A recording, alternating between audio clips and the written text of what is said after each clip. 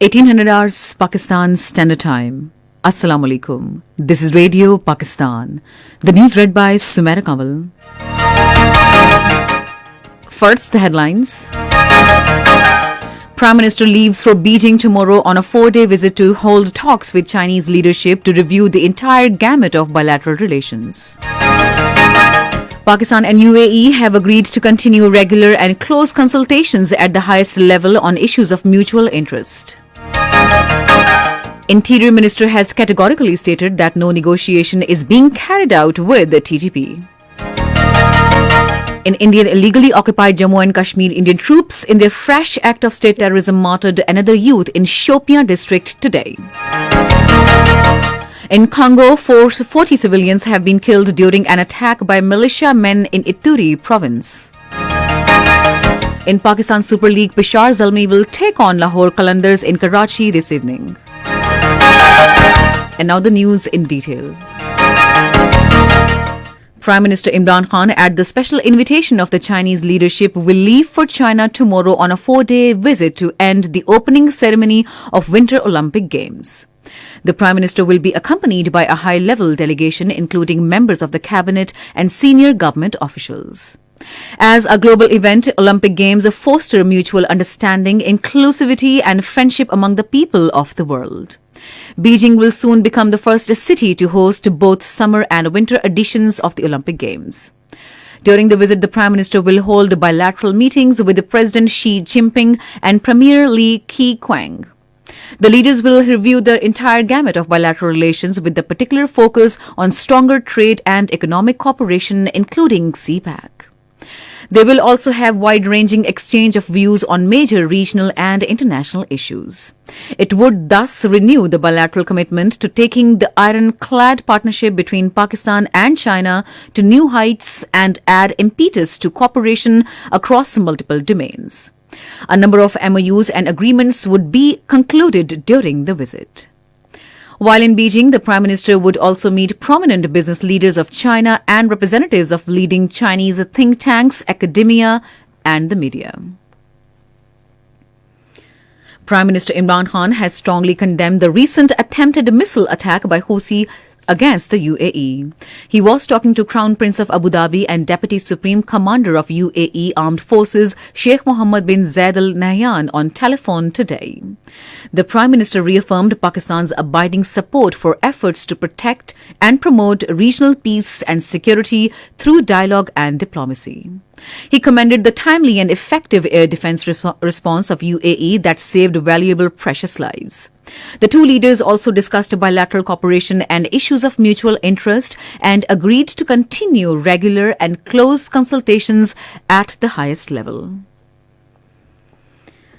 Prime Minister Imran Khan says business-friendly policies of the government have made Pakistan as the most attractive destination in the region for investment in industries. Chairing a meeting on special economic zones in Islamabad today, he said foreign investment in industries will not only increase employment but exports also enable technology transfer. The meeting was also apprised of steps taken by Board of Investment to facilitate establishment of industries for local and foreign investors. Interior Minister Sheikh Rashid Ahmed has ruled out any possibility of presidential form of government. Addressing a press conference in Islamabad today, he said neither there is any possibility of imposition of emergency nor any move for no confidence motion and any possibility for long march. He further said despite the opposition's stall claims, the government passed all important bills from National Assembly and Senate during the last 3.5 years. He said on this special invitation, Saudi Arabia's Interior Minister Prince Abdul Aziz bin Saud bin Naif would visit Pakistan next week. The Saudi Interior Minister would meet President Dr. Arif Alvi, Prime Minister Imran Khan, key government and security officials during his visit. Sheikh Rashid Ahmed said Prime Minister Imran Khan's upcoming visit to China will be historic, during which matters pertaining to CPEC will be discussed. Regarding the long march of Pakistan Democratic Airlines, the minister termed the opposition as ineffective and politically dysfunctional. The Interior Minister said 87 new Nadra centres have been established across the country over the last 1 year. He further said we also plan to establish 13 passport offices in Sindh. Regarding law and order, the minister said that all 4 chief secretaries and IGPs were directed to remain alert and prepare an effective strategy to control any untoward situation.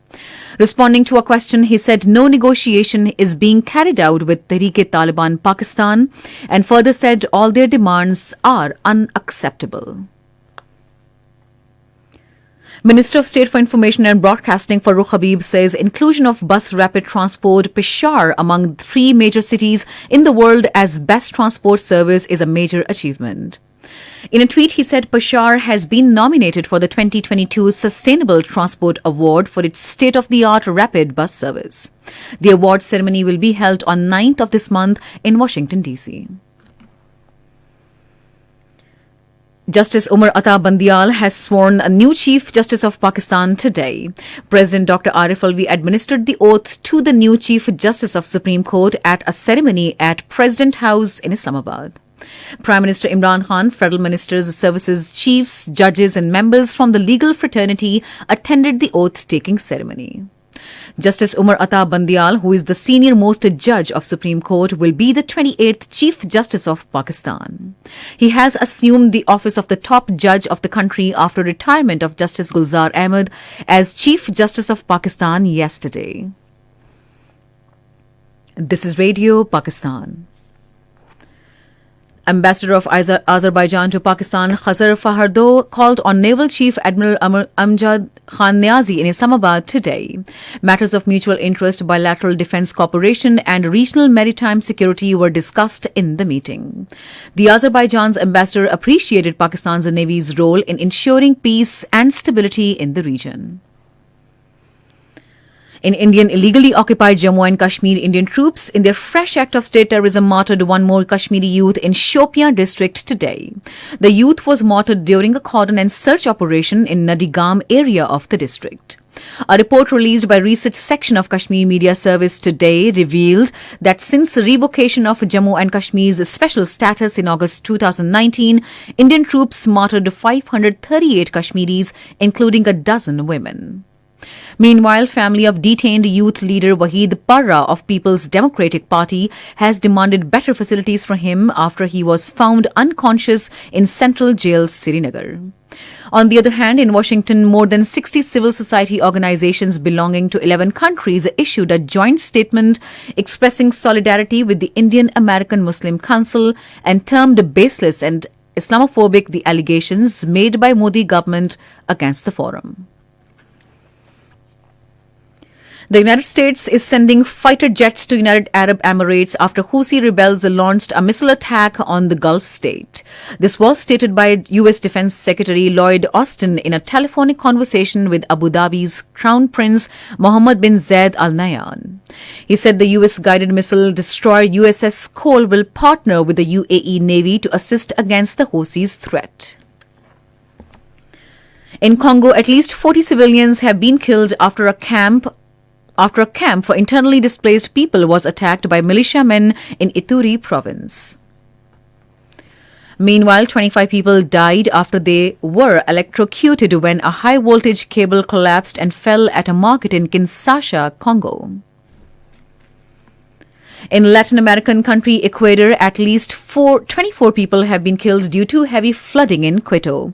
The country's emergency service tweeted that a dozen people were missing and 48 injured. Floods induced by heavy rains also killed many people in neighboring Brazil. In Pakistan Super League 7th edition, Peshawar Zalmi will take on Lahore Qalandars at 7:30 p.m. And finally, the weather. Rain with thunderstorm with snowfall over the hills and isolated hailstorm is expected in Upper Khyber Pakhtunkhwa, Islamabad, Northeast Punjab, Kashmir and Gilgit-Baltistan during the next 12 hours. Windstorm, dust-raising winds are expected in coastal areas of Sindh, including Karachi, coastal belt and central parts of Balochistan and South Punjab. To end the news, here are some of the headlines once again. Prime Minister leaves for Beijing tomorrow on a 4-day visit to hold talks with Chinese leadership to review the entire gamut of bilateral relations. Interior Minister has categorically stated that no negotiation is being carried out with the TTP. In Pakistan Super League, Peshawar Zalmi will take on Lahore Qalandars in Karachi this evening. And that is the end of the news. For more news and analyses, log on to our website radio.gov.pk and also watch live streaming of our bulletins on the link facebook.com/radio Pakistan News.